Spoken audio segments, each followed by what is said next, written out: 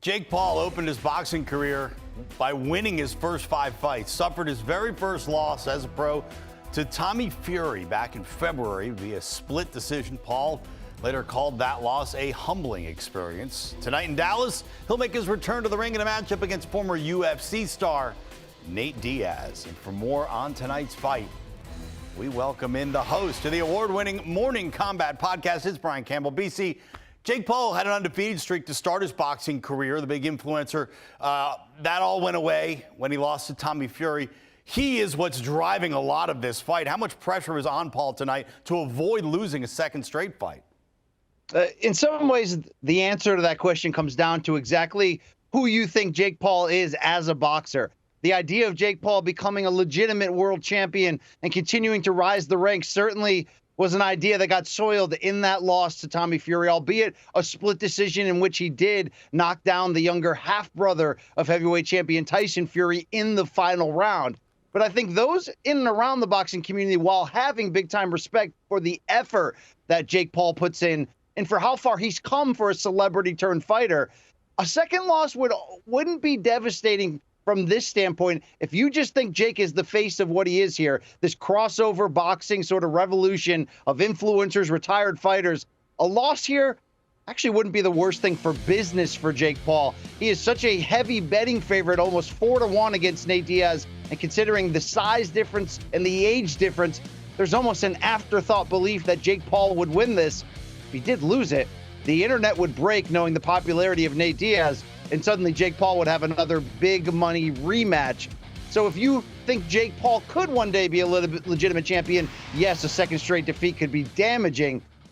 But let's be realistic of who he really is. It all depends on your point of view. Nate Diaz, anything but predictable, except this. He's always looking for a fight. It's just that this one is with heavier gloves, as you mentioned, against a much heavier opponent. What do you expect to see in the boxing ring from a guy who fought 36 times inside a UFC octagon? Well, look, there's this reputation with the Diaz brothers, and rightfully so, that they can handle themselves in any combat space. Nate Diaz is no question that he's been sparring elite boxers, including Andre Ward, going back over a decade in terms of years. But we also have to be realistic about this transition from mixed martial arts into boxing. This is not an exhibition match, it's a pro match, but it will be over 10 rounds. That's 30 minutes of boxing action. Although Nate Diaz has gone before 25 minutes inside the octagon in the UFC, he's never won a 5-round fight. He may have good stamina that we know about from his background in triathlons and competitive fitness, but it is a different sort of use of your cardiovascular system to transition from MMA to boxing. So how will Nate Diaz look? It's really difficult to tell. One thing we do know is he's comfortable in the boxing stance, lets his hands go. We know about the Stockton slap.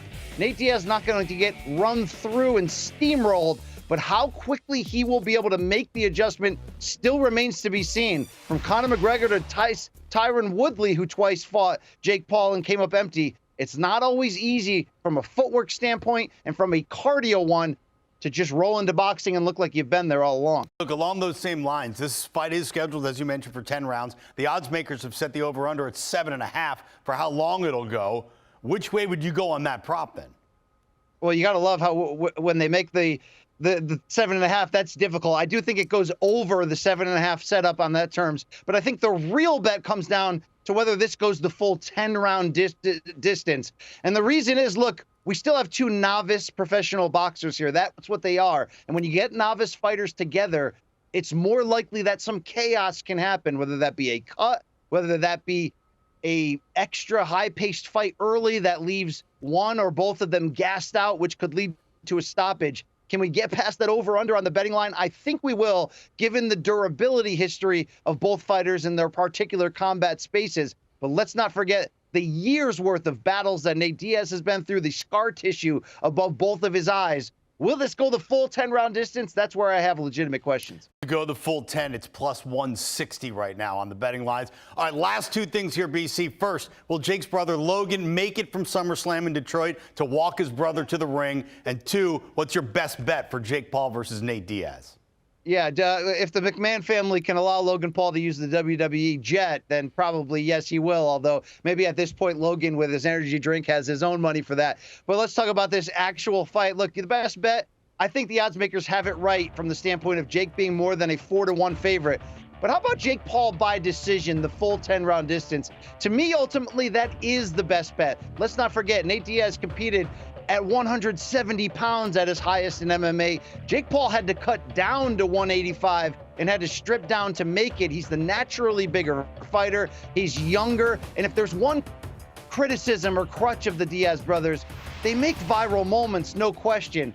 But Nate Diaz doesn't always let his hands go enough to please the judges. And when we're talking about a novice boxing match, sometimes simply activity can be the difference. Jake Paul's going to be younger, bigger. He got a new world-class conditioning coach for this time so that he won't gas out like he may have done just a bit last time out. I like Jake Paul to win, but particularly I think Nate Diaz saves a little bit of that respect and aura and legend and goes the distance in defeat. A lot of eyes in Dallas tonight. That's our Brian Campbell. BC, we'll see you after the fight on CBS Sports HQ. Thanks so much.